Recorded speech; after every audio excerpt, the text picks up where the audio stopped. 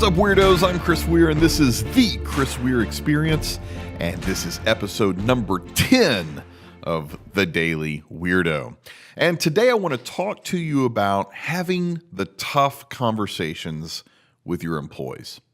Now, some of you who are listening are entrepreneurs just getting started, just hiring your very first employee. Some of you may have had employees for many years. But either way, I believe this conversation is incredibly relevant. And I learned this the hard way, quite frankly. Used to before, definitely with my first agency, even before that in other companies, I always tried to go easy on my employees, not have tough conversations with my employees, because what I would think of is overall, this is a great employee. They made this one mistake. I'm going to pick my battles. I'm not going to have that specific conversation just simply because overall they're a great employee, and I'm just going to kind of let that go. And what would end up happening is, they would end up leaving. They would quit and move on to something else, or, whatever the case was. And they would leave bitter.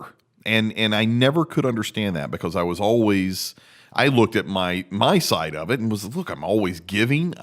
There's so many employees through the years that I've helped out in many different ways, financially, emotionally, whatever the case is.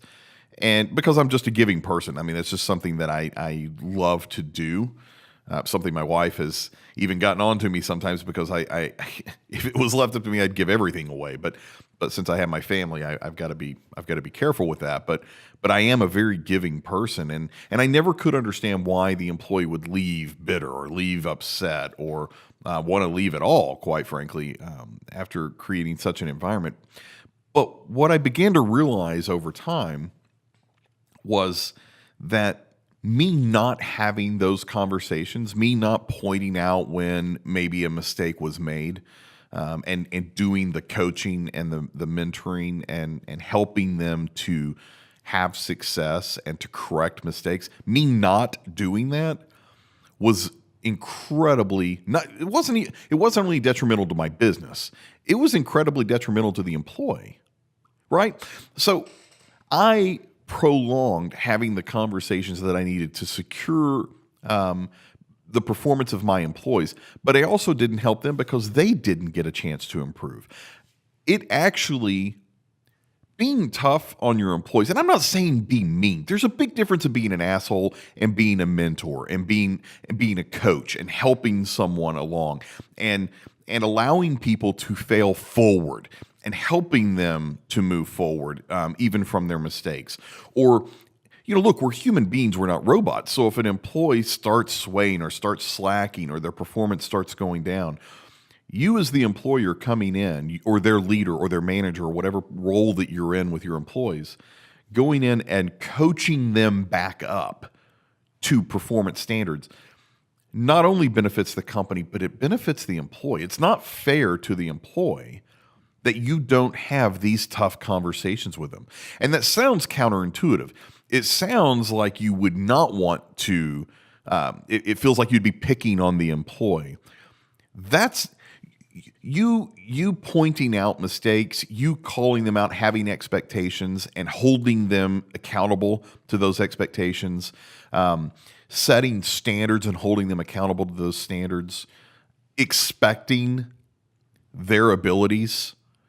That's not micromanagement. It's not bad management. It's straight good management.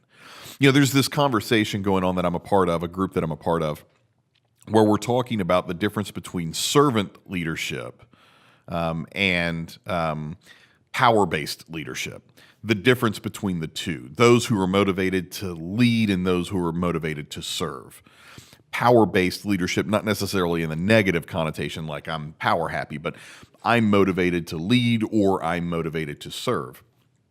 And I think what's funny is younger individuals involved in this conversation, those who have not been a leader yet, those who have always been in employee roles, they are very much leaning toward every leader should be a servant leader. They should be focused on what the employees are wanting, listening to the employees. And, they would complain about managers coming into meetings and just saying something and leaving or being, constantly doing corrective action, constantly getting on them and pushing them. And so it's kind of funny because the leaders in the group, the older individuals like myself who've been around for a little bit and have actually led employees before, we go more toward the motivation to lead, and the leader being drawn toward the idea of leading people. The reason I think that I lean in that direction is because if you're motivated to lead and you want to help people and you want to lead the group of people toward a common goal, you are okay with I don't want to say discipline, that's the wrong word, but at least corrective action, at least pointing out where things were done incorrectly and how we can do them better. You also have to be equally as loud when they do something good, and you point out all the good that's in them. And I think,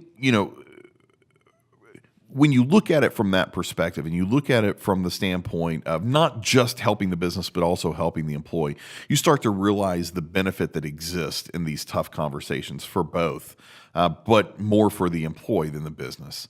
And so I would highly encourage you as you're hiring your first employees, or if you've got employees now, it's okay to have those tough conversations. In fact, having those tough conversations, I think, shows that you actually care more about your employees. So I would encourage you to do that, and I think you'll see some huge results in your business. So good luck. I hope that helps. I enjoyed talking with you, and I'll talk to you next time.